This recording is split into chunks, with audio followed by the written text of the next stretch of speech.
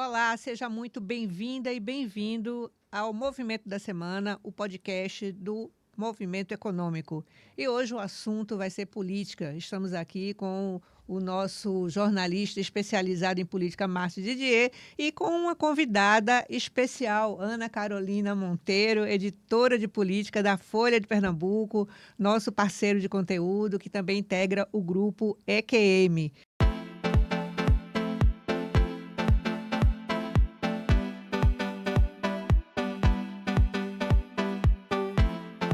E eu quero agradecer os nossos patrocinadores, o Banco do Nordeste e o Hub Plural, onde nós estamos gravando esse podcast no estúdio aqui do Hub Plural, na Rua do Brum 248. Aqui você também pode gravar o seu podcast. Basta acessar aqui esse QR Code e fazer o seu agendamento. Sejam muito bem-vindos vocês dois, Márcio e Carol. Prazer receber vocês aqui. Olá, Patrícia. Olá, Márcia. É um prazer estar aqui com vocês. É uma honra grande estar de volta aqui com a Carolzinha. Nós já gravamos em tempos passados outros programas e hoje a gente está de volta aqui. É um prazer. Relembrando os bons tempos, né? Isso. Para falar de política, né? Como sempre, né? Mas hoje tem muitos assuntos, né, pessoal? Muitos assuntos aí quentes. O Brasil já está pegando fogo. Tem sido incendiada nas últimas semanas. Parece que não tem trégua por ali, né? Mas eu acho que o assunto que a gente deveria abrir é a prisão do ex-presidente Jair Bolsonaro e o que ele traz, o que essa prisão traz como consequência política para as eleições de 2026. Né? Eu queria começar analisando com vocês qual vai ser o saldo que isso vai deixar para a direita, principalmente aqui do Nordeste, uma vez que o ex-presidente era realmente um nome muito forte, né, que conseguiu atrair muitos votos para a direita, e agora essa direita fica, digamos assim, órfã. Né? Eu queria ouvir um pouquinho de vocês, né, começando com Carol, que é a nossa convidada. Carol, como é que você avalia aí esse posicionamento da direita pernambucana com a prisão do Bolsonaro? Bom, pernambucana nordestina, né? Vamos falar de modo geral. E pensar também que são muitas direitas, né, Patrícia? A gente tem ali o núcleo bolsonarista, né, representado pela família Bolsonaro, que já tem uma fragmentação por si só, né, dos filhos da Michelle Bolsonaro, que é a esposa dele. E você tem também a direita dos governadores, né, que ganharam um protagonismo muito grande, principalmente após essa mega operação do Rio de Janeiro. Né? Você tem ali o Tarcísio Freitas, que é o mais próximo ali do núcleo bolsonarista. Você tem o Ratinho Júnior, que é um pouco mais independente do PSD, partido da governadora Raquel Lira. Né? Você tem ali também o Ronaldo Caiado, governador de Goiás. Você tem uma direita mais moderada, representada pelo Eduardo Leite, o governador do Rio Grande do Sul. E essa questão da judicialização de Bolsonaro, ela acabou monopolizando muito o debate sobre a direita, né?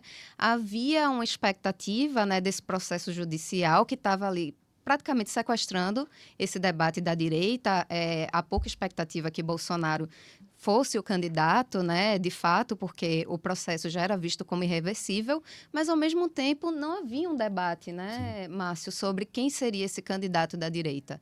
E, a partir de agora, esse debate vai começar a ganhar fôlego, né, de quem será esse representante. E eu acho que afeta principalmente a governadora Raquel Lira, porque, por exemplo, agora o PSD vai ter que sair em cima do muro, né? A gente sabe que o PSD é um partido que tem 3 ministérios no governo Lula, né? Inclusive com o pernambucano, que é o André de Paula, mas também está no governo Tarcísio, com o Gilberto Kassab.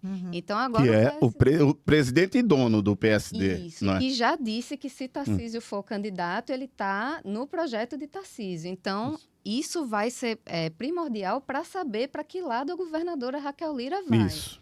E tem também o PL, né, que é o partido de Bolsonaro, cujo foco é o Senado, né? Isso.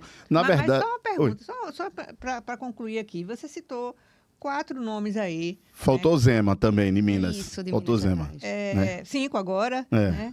Mas a gente não tem nenhum representante forte no Nordeste, né? Da direita. Não tem nenhum nome. Esses nomes citados, você acha, Márcio, que eles conseguem puxar a volta aqui no Nordeste? Eu acho que o grande desafio da direita pós-Bolsonaro agora é chegar a um consenso de um nome. Porque todos acham que tem condições, que tem capital político e isso daí já vai consumir um grande tempo, porque essa altura do campeonato, já sabendo que Bolsonaro não ia disputar, já deveria estar um nome rodando para tentar chegar em algum lugar. Mas o Tarcísio é mais forte, né? É o que tem, acho que... Mas tem muita aresta, e dentro do bolsonarismo houve muito atrito em relação a isso. Então você já sairia com o bolsonarismo olhando torto para ele, para Tarcísio. Não é? E o grande desafio, além dessa questão de você ter que organizar quem é que vai ser o candidato, eu acredito... Tem outra coisa também, Tarcísio vai trocar uma reeleição praticamente correta por um desafio maluco, que é uma disputa presidencial. Ele só disputou um mandato até hoje, foi para governador de São Paulo, e você pegar uma eleição que você desfavorável, porque, na verdade, você pegar o Nordeste, Lula ainda continua sendo muito forte, e tem uma coisa específica do Nordeste, que você teve o PSD e o PP muito forte na eleição para prefeito, para vereadores, nas eleições municipais, mas quando passa para a eleição estadual ou eleição nacional, há uma migração de voto para o centro-esquerda. E isso é o grande desafio. Então, Bolsonaro, de certa forma, mesmo com toda a força dele, ele ainda não conseguiu ganhar de Lula. O Nordeste elegeu Lula na última eleição. E esse é o grande desafio, de botar um candidato que vá além de Lula. Não sei se você tem essa mesma perspectiva, Carol. Eu acho que vai haver um movimento, quando for definido esse candidato que vai representar essa direita, de buscar um vice do Nordeste.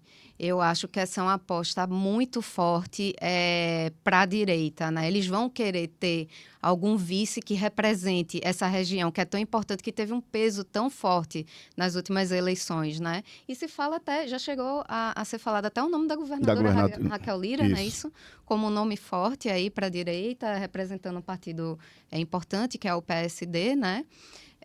Então, acho que esse movimento vai acontecer, só que só depois que definir quem é o candidato da direita. Eu acho que ainda há um receio muito grande desses governadores de pegar, de repente, ali uma pecha de traidor do bolsonarismo. Então, ninguém quer tomar a dianteira e cortar essa linha de chegada sem ter essa questão definida, né? Bolsonaro, ele estava preso, mas ainda assim ele negociava muitas coisas com o PL, né? Com o Valdemar Costa. E é possível que esse nome passe por ele. Com certeza. E pela família, né? E pela né? família. Que vai ser um desafio, inclusive, mas fazer essa família se entender. Eu a vontade de colocar a Michele, um dos filhos, aliás,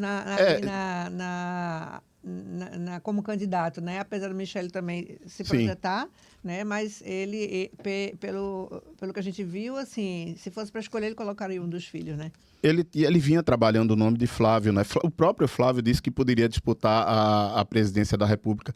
A questão é que a prisão de Bolsonaro e a justificativa foi porque ia ter uma vigília convocada por Flávio Bolsonaro e que precipitou a prisão de Jair Bolsonaro, terminou complicando muito a vida dessa candidatura de Flávio Bolsonaro. Mas assim, teve essa vigília, mas acho que o fato principal foi a tornozeleira, porque na hora em que ele começa ali a violar, isso foi detectado pela Polícia Federal. Mas né? O pedido já estava antes, né? Já estava encaminhado antes. Por volta das 22 horas já tinha o pedido. E a tornozeleira foi meia-noite e 8, 7. Foi, exatamente, foi por aí.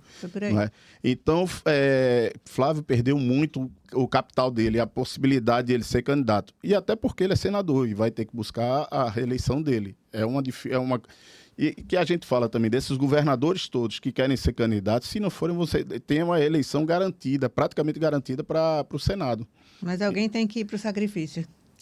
E é justamente isso, é o sacrifício, porque você como todos eles vão ser candidatos a alguma coisa, não vão também botar muita força na candidatura do candidato lá. Eles vão querer se eleger nos seus estados. E bom lembrar também que a família de Bolsonaro não é a mais unida de todas, né? Enfim, tem ali uma própria disputa por espaço na família, né? Entre o Eduardo Bolsonaro, o próprio Flávio, a Michele. Eles não se dão bem com Michele Bolsonaro. Isso. Não é? Então, a disputa, eles começam a se desentender dentro da própria casa, né? Agora, Lula sai fortalecido desse processo todo, porque com o episódio das tarifas, né, e de toda aquela confusão que Eduardo Bolsonaro armou lá nos Estados Unidos, ele se fortaleceu. Mas depois daquela operação lá do Rio de Janeiro, ele já não estava com aquele viés de crescimento que vinha antes, né? Com essa prisão, o que é que vocês acham? O que acontece é que Bolsonaro não conseguiu transferir totalmente seu capital político para nenhum candidato ainda, né? Há esse desafio. É um personalismo muito grande nele, né? Isso. Ele tem o projeto dele é muito personalista, né? Muito vinculado à imagem dele, né? A gente viu, por exemplo, a esquerda ter essa dificuldade com Fernando Haddad em 2018, quando Lula foi preso. Então, a gente não sabe até que ponto o Bolsonaro vai conseguir fazer esse movimento em 2026. Inclusive, porque há uma fragmentação muito grande no bloco. A gente vê, por exemplo, Eduardo Bolsonaro criticando bastante Tarcísio, a gente vê os governadores de direita criticando a atuação de Eduardo Bolsonaro no exterior. Então, a gente não sabe até que ponto esse grupo vai estar unido para enfrentar um candidato que tem a máquina. Sim. E vai disputar a reeleição. A gente sabe que um candidato que disputa a reeleição, ele tem uma força especial, ainda mais Lula, que vai, enfim, para a sua quarta eleição, né?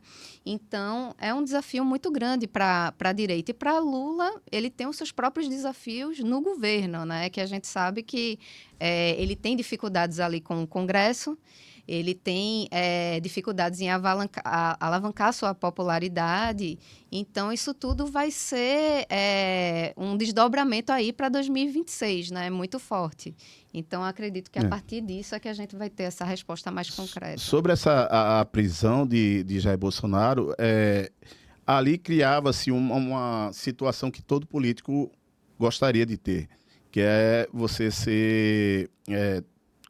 você está sendo acusado por da injustiça, de tudo mais. Então, ele tinha esse discurso que ele poderia ser feito, que foi por água abaixo quando vieram as imagens da tornozeleira ter sido e da forma como ele falou, né, com ferro, com solda, ferro de solda e tal.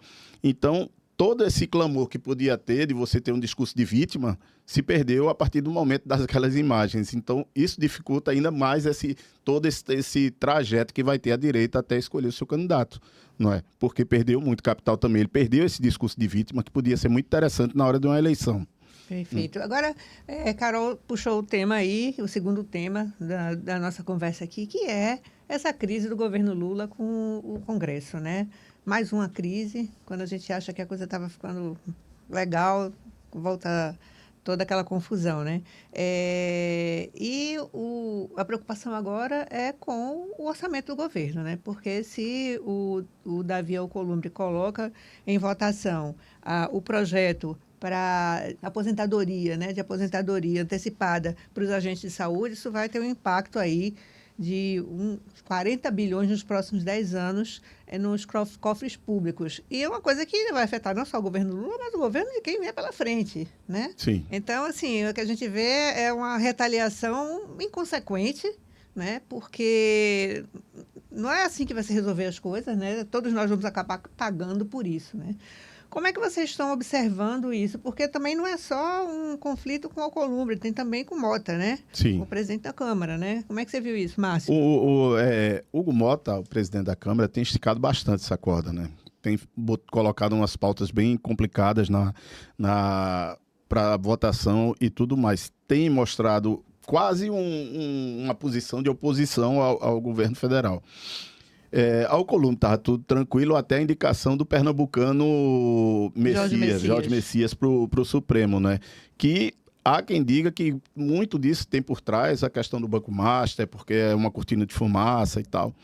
Mas eu acredito que vão conseguir chegar a um acordo. Não vai demorar, vai ter um desgaste, vai ter 15 dias. Você acha que o Jorge Messias consegue a vaga? Aí eu não sei. Isso daí eu tenho cá minhas dúvidas. Eu acredito que sim, que hoje eu não me lembro, pelo menos que puxando a memória aqui, que é alguém que tenha sido barrado, não é, no Senado. Eu acredito que não vai ter problema, eu acho que ele vai ser aprovado. Mas as feridas ficam e demora um pouquinho para cicatrizar. E é isso que vai ter que ser feito, até porque vai depender muito dos próximos meses, da popularidade do governo, da questão de liberação de emendas. Tudo passa por um grande acordão dentro do Congresso Nacional. Mas essa sabatina, já agora para o dia 10 de dia 10, dezembro. né? 2 semanas só. Ela não vai acontecer num clima de muito tenso, não? Isso não põe em risco, Carol? O que é que você acha? A nomeação dele para o Supremo? O que se fala é que o Alcolumbre colocou essa data justamente de propósito, né? Para ele ter pouco tempo para a articulação do nome dele, né? O Alcolumbre, ele até agora não recebeu o Jorge Messias, né? Que é, enfim, inclusive uma situação de praxe, né? O presidente recebeu o candidato para dialogar e tudo mais. Hoje há uma resistência forte, principalmente do presidente do Senado, né? O Jorge Messias, por ser evangélico, ele está transitando bem ali naquela ala da direita mais conservadora, que já estaria mais convencida, né, de votar o seu nome, mas Alcolumbre ainda quer dar um recado para o governo Lula. Ele ficou muito sentido, porque a opinião dele, né, que era de defesa do nome de Pacheco, o ex-presidente do Senado, Rodrigo não foi ouvida. Pacheco. Isso. E ele não foi comunicado da decisão com antecedência. Então, ele quer dar esse recado, né? Mas, ao mesmo tempo, fica aquela questão. Será que os senadores vão querer ter essa briga, encarar essa briga com o futuro ministro do STF? Que a gente sabe, né, que a partir do momento que o ministro do STF senta na cadeira, né, ele vai julgar muitos processos de interesse do Senado, né? Então, tem muitas coisas ali em jogo, Mas né? o que vocês acham que levou à escolha do nome de Jorge Messias? Porque o Rodrigo Pacheco foi um aliado do governo Lula, né? O fato do Messias ser evangélico pesa nisso aí? Não, acho que não. Acho que Lula, ele tem pautado as decisões dele para o STF. Ele fez 3 indicações. Isso. Todas pela confiança que ele tem nos nomes indicados, né? Ele indicou o Cristiano Zanin, que foi o advogado dele. Foi advogado, muito próximo. Então, o nome de estrita confiança. Ele indicou o ministro da Justiça dele, que foi o Flávio Dino. E agora indicou o Jorge Messias, que também é outro nome de estrita confiança. Ignorando o apelo da própria base dele, né? Que queria a indicação de uma mulher negra, né? Então, acho que o que... Já é a segunda vez que a base pede indica, né, uma mulher negra e o Lula rejeita. Na verdade, Jorge Messias já vem desde a época do impeachment de Dilma, né? Que ele era o Bessias, que todo mundo falou que era Bessias, mas na verdade era ele que ia entregar o documento a Lula para ela poder tornar um ministro e ele mudar do local da investigação. Não é sair da primeira turma lá do Paraná para ir para o Supremo. Então, ele já é de estrita confiança dentro do petismo, não é só do presidente Lula, não, dentro do petismo. Então, ele tem uma militância grande dentro da esquerda, formou-se aqui, inclusive com a governadora Raquel Lira, na Faculdade de Direito do Recife, e é acima de qualquer prova de que ele precise da fidelidade ao governo Lula. Então, é isso. Vale lembrar que os processos do Mensalão, Lava Jato, que foram fulminantes ali para a derrocada do PT, todos passaram pelo STF.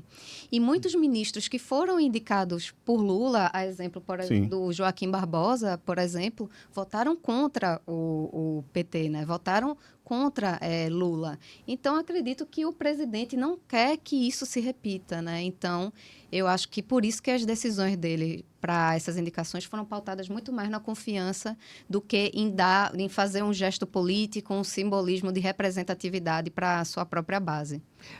E a Hugo Mota, né, e brigando ali com Lindenberg Farias, isso aí pode ter que consequências para o governo Lula ali na Câmara?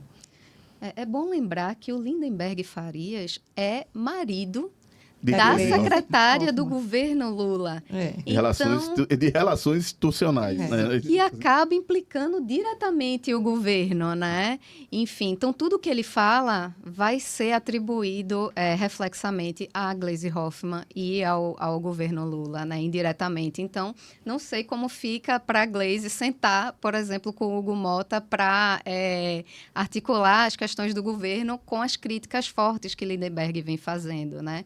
Porque isso é uma construção que está sendo feita desde a PEC da blindagem, né? Lindenberg vem batendo em Hugo Mota desde então, e aí... Ele vem sendo a tropa de choque do governo Lula nas redes sociais. Ele tem sido muito ativo nas redes sociais e tem conseguido um engajamento muito forte. E isso está incomodando muito Mota também. A campanha que está havendo contra ele, e agora já começaram até outdoor dentro da Paraíba, né, não reeleja Hugo Mota. Então, há uma campanha, ver quem tem mais bala na agulha para poder segurar isso. Não é? O governo é governo, eu sempre digo, o governo tem caneta. Hugo Mota é presidente da Câmara e tudo, mas não sabe até onde ele pode ir nessa confusão. Isso, né? E lembrando que a Paraíba, né, que é a base eleitoral de Hugo Mota, é um território bastante forte de Lula, né? Sim. Então, qualquer... E do PSB, sempre foi governado muito tempo pelo PSB, Isso. não é? Mas tem uma outra questão que está no radar, é que agora está chegando o fim de ano e no começo do ano que vem vai ter uma troca de líderes, né? Então, acredito que o governo Lula deve aí afastar esse elemento mais radical aí do seu governo para colocar um nome mais moderado na liderança do PT. Acredito que esse movimento talvez coloque panos quentes nessa situação. Para ser o PT Paz e Amor, né? Que ele usou lá atrás, em 2002, para vencer a primeira disputa e agora voltar pelo menos no Congresso. Né? Depois tira o cara pintada ali, né? Isso. E volta ao Lulinha Paz e Amor. Buscasse longe agora, cara pintada, na época de Collor. Foi um dos Mas ele foi um dos nomes, articuladores. Né? Eu vou entregar a minha idade, né? Eu, na faculdade, na Católica, eu estudava na Católica, eu fiz entrevista com ele lá, da Lindenberg Farias, como um do líder da cara pintada, né? O líder dos caras pintados. A história acaba se repetindo, né? Exatamente. Ok, pessoal. Então, acho que por hoje é isso, né? Obrigada, Carol, pela sua presença aqui. Obrigada, Márcio, mais uma vez. E obrigada a você que nos acompanhou até aqui. Assina o canal, dá o seu like e fica atento às notificações para os próximos episódios. Obrigada, pessoal. Valeu, obrigado.